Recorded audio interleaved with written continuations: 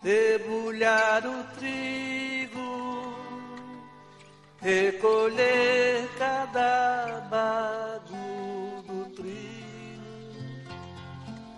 forjar no trigo o milagre do pão e se fartar de pão.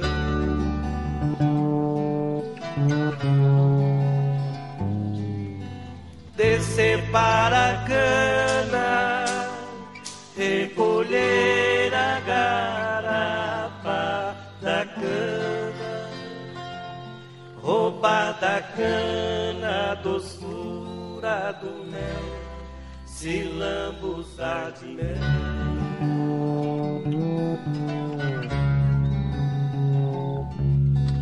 Afagar a terra, conhecer os desejos da terra, se o da terra propicia a estação e fecundar o chão.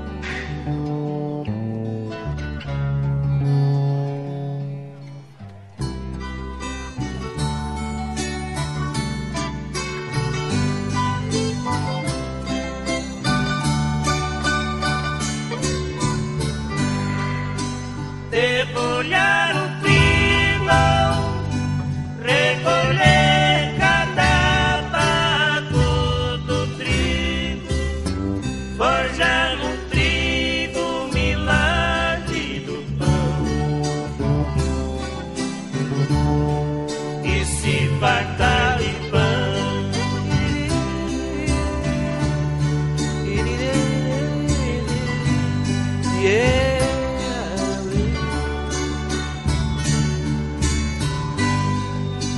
Descer para a cana, recolher a garapa da cana, roubar da cana a doçura do mel, se lambuzar de mel.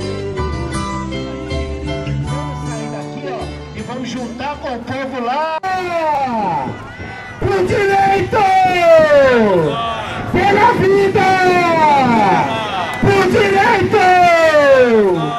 Pediram para você aqui a presença desse grande companheiro que é uma voz, é uma exceção no parlamento brasileiro, que faz o contraponto desse sistema nefasto que é o sistema capitalista e daquela coja dos deputados federais que está lá. Esse deputado que é o deputado do povo e está no meio de nós aqui, uma salva de palmas para o nosso grande camarada Ivan Valente. Companheiro, muito obrigado pela presença, seja bem-vindo, conta conosco. E agora nós vamos chamar uma organização nacional que tem feito o debate nacionalmente e tem colocado para os governos estaduais, para os governos municipais, principalmente para o governo federal, a necessidade de uma reforma agrária que possa efetivamente dar terra para ser distribuída, que combate o agronegócio. E esse companheiro da coordenação nacional, da coordenação estadual, que vem enfrentando uma luta em toda a região de São Paulo, representando o MST, grande camarada, e aqui uma salva de palmas para o companheiro. Obrigado pelo Paulo. Boa tarde, companheiros e companheiras. Quero aqui, em nome do Movimento dos Trabalhadores Sem Terra, saudar essa nossa caminhada, essa nossa luta que está acontecendo, assim como aqui em São Paulo, em quase todos os estados do Brasil. Quero dizer, companheiros e companheiras, que nós estamos incluindo essa caminhada, essa luta do dia 7 de setembro, a jornada dos excluídos, do grito dos excluídos, como parte de uma mobilização que nós iniciamos, o MST, todas as organizações da Via Campesina, no dia 23 de agosto. Estivemos em Brasília, mobilizados, mais de 4.000 companheiros e companheiras. Estivemos mobilizados em mais de 20 estados em todo o país, mais de 80.000 companheiros e companheiras. Por quê? Porque, companheiros e companheiras, esse governo virou as costas para a reforma agrária. E nós, o povo, não podemos deixar que essa bandeira, uma bandeira justa, digna, que a bandeira da reforma agrária, seja deixada para trás. Estamos vivendo um momento de crise que atinge os países centrais e está atingindo o nosso país, inclusive. Companheiros e companheiras, sabe qual é a receita que dizem para a saída dessa crise? É retirada dos direitos do povo trabalhador, companheiros e companheiras. É ajudar aos industriais, é ajudar as empresas, é ajudar aos banqueiros. E para o povo trabalhador, nada. Retirar os direitos sociais conquistados com muita luta e suor pela classe trabalhadora. E é por isso que nós não podemos cruzar os braços nesse momento crucial para a luta do povo trabalhador. E é por isso que nós continuamos essa mobilização. Aqui em São Paulo, pela 4ª vez, ocupamos a fazenda da Crutrale e não vamos sossegar um minuto sequer enquanto conquistamos esse latifúndio que pertence ao povo trabalhador. E quero assumir um compromisso aqui com vocês, com todos os trabalhadores do campo e da cidade. Enquanto nós não entrarmos naquelas terras da Crutrale e comemorarmos essa vitória pela reforma agrária, nós não podemos sossegar, cruzar os braços um minuto sequer. Todos os dias, naquela região de Ara e de Bauru, acordamos pensando o que é que nós vamos fazer para incomodar a Crutrale. Todos os dias acordamos pensando como é que nós vamos fazer para expulsar a Crutrale daquelas terras que deve ser feita a reforma agrária. São mais de 100.000 trabalhadores e trabalhadoras excluídos que estão acampados nas beiras de estradas e na beira dos latifúndios. Precisamos ocupar essas terras para de fato acertar e avançar a luta pela reforma agrária do país. Por isso, companheiros e companheiras, queremos saudar aqui e deixar um grande abraço e dizer que enquanto nós do campo, enquanto os lutadores da cidade não construímos uma unidade forte, capaz de romper essas cercas, seja a cerca do latifúndio, seja a cerca da educação, nós não vamos transformar esse país. Por isso é fundamental a construção dessa unidade. Florestan Fernandes, aí encerro, dizia o seguinte: contra a intransigência dos ricos, a intolerância dos pobres. E temos de ser tolerantes todos os dias para avançar essa luta. Viva a classe trabalhadora! Companheiros, muito bem, Joaquim. Beleza, mas agora vamos... Da sociedade justa, excluída, que nós somos excluídos. Para os nossos governantes começarem a perceber que nós existimos, porque pagamos impostos, porque voltamos meses para eles estarem lá, e eles ainda nos dão uma calçada cheia de buraco para a gente quebrar nossas cadeiras, nossas moletas. Nos dão umas escolas que os professores muitas vezes não sabem receber a gente, porque não são preparados para isso. Hoje dizem que tem médico na família, tem muito deficiente dentro de casa que não são atendidos por essas pessoas. Os hospitais não sabem nem atender, tem médico que não sabe atender. O ginecologista não sabe atender uma mulher, porque ela pode dar à luz e eles ainda acham que isso é estranho. Que sociedade é essa?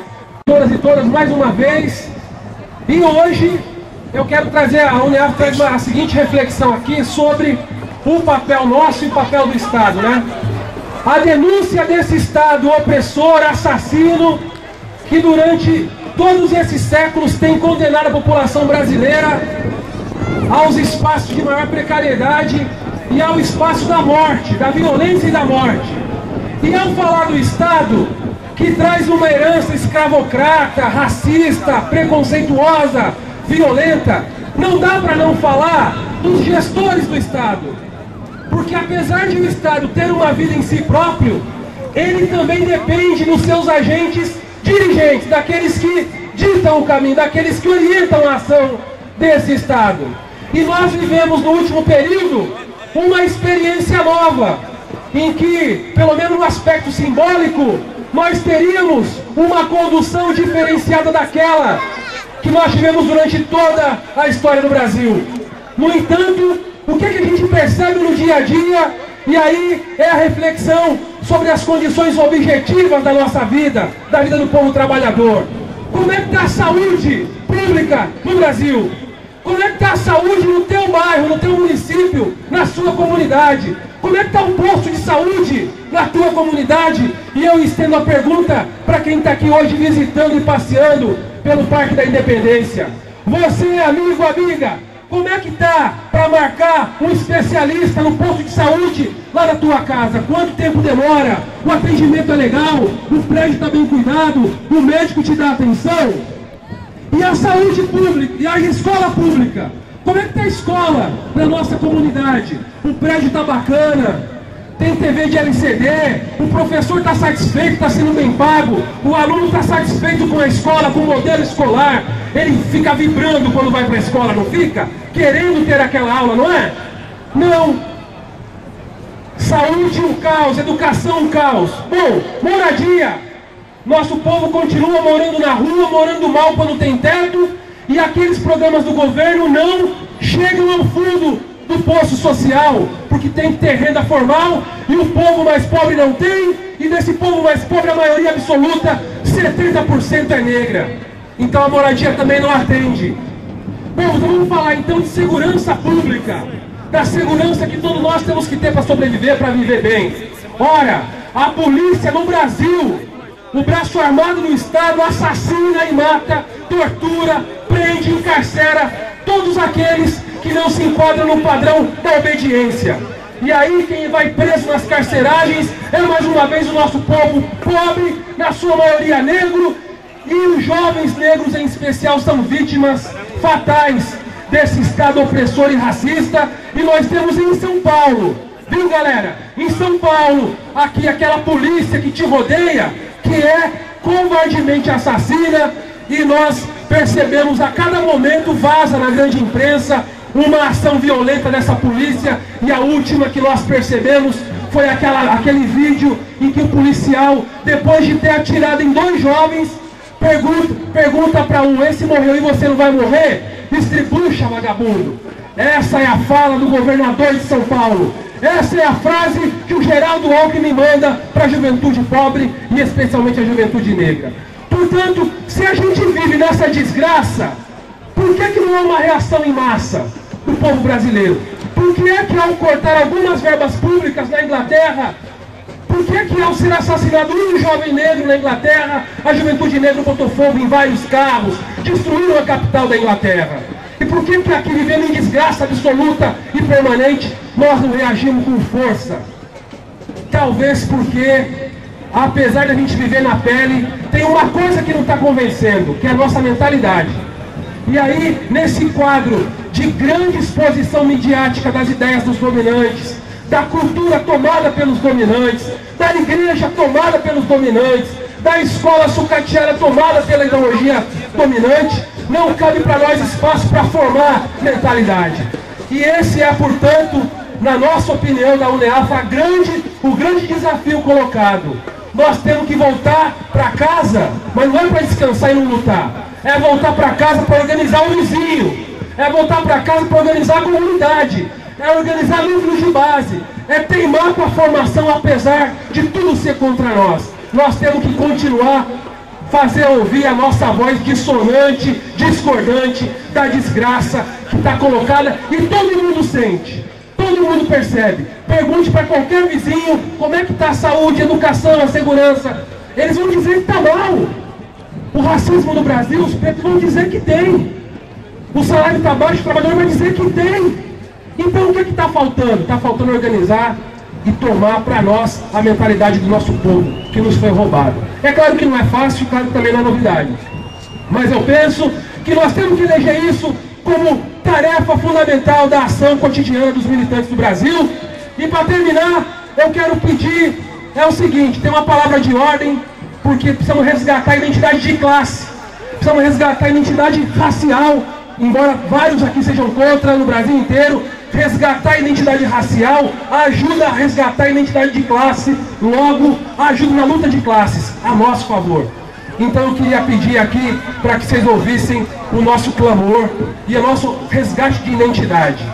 Eu sou lutador, lutadora da classe trabalhadora, o meu guerreiro é zumbi. Eu sou lutador, lutadora da classe trabalhadora, minha guerreira é Dandara. Eu sou lutador, lutadora da classe trabalhadora, e o meu guerreiro é zumbi. Eu sou lutador, lutadora da classe trabalhadora, minha guerreira é Dandara. Valeu, gente, tamo juntos, axé. Valeu. Que tem pautado as lutas na rua e sido grande contraponto aí, engrossando as mobilizações nacionalmente, do que representou o primeiro semestre, e esse segundo semestre continua as lutas. É a Intersindical que traz para esse grito a sua presença, as suas bandeiras, a sua simbologia e a sua unidade. Por isso, para fazer uso da palavra aqui e trazer a sua mensagem, esse grande camarada que representa a sua categoria dos bancários, mas representa o conjunto e o conjunto de todos os lutadores e lutadoras da Intersindical, grande camarada Edson Carneiro, companheiro Índio. Obrigado, Pedro Paulo. Boa tarde, companheiras e companheiras do 14º Grito dos Excluídos.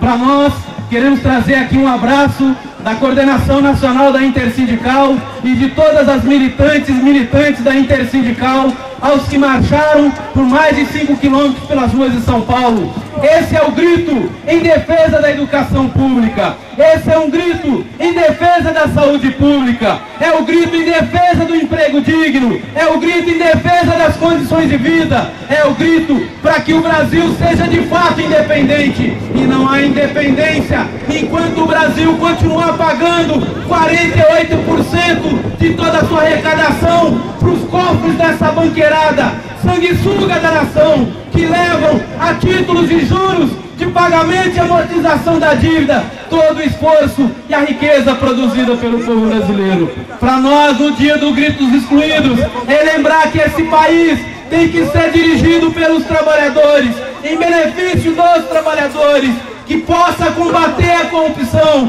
que impeça a aprovação do Código Florestal, porque o agronegócio quer acabar com as nossas reservas, quer acabar com as áreas de proteção ambiental para aumentar os seus lucros, destruindo a natureza. É o grito dos excluídos, para que mostre para o conjunto do povo brasileiro, é na luta que nós vamos transformar o Brasil. Hoje lá em Brasília, a presidência da República está gastando R$1 milhão para festejar a independência, a falsa independência do Brasil. Para nós, os trabalhadores, para a juventude, para os pobres, para os trabalhadores sem terra, sem teto, sem trabalho, sem emprego, os excluídos da educação pública, os excluídos da saúde de qualidade, os excluídos dos transportes públicos. Para nós, a independência do Brasil vai ser no dia em que a classe trabalhadora, em que a grande maioria do povo brasileiro puder viver com plenitude, com dignidade, com emprego, com justiça social, com reforma agrária, com moradia popular, com futuro para a juventude, com educação. E é por isso que a gente deixa aqui o nosso recado. Viva o grito dos excluídos!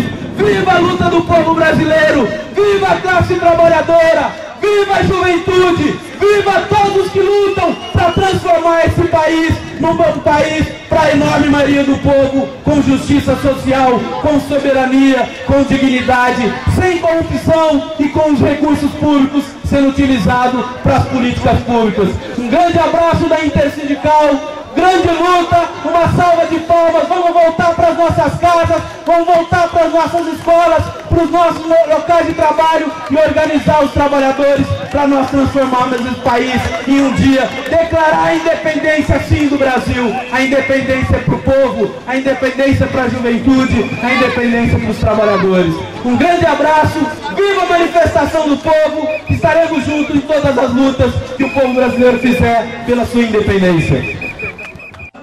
Debulhar o trigo, recolher cada bago do trigo,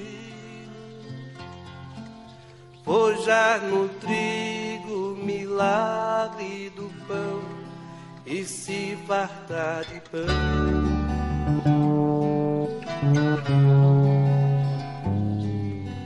Descer para a cana, recolher a garapa da cana, roubar da cana a doçura do mel, se lambuzar de mel.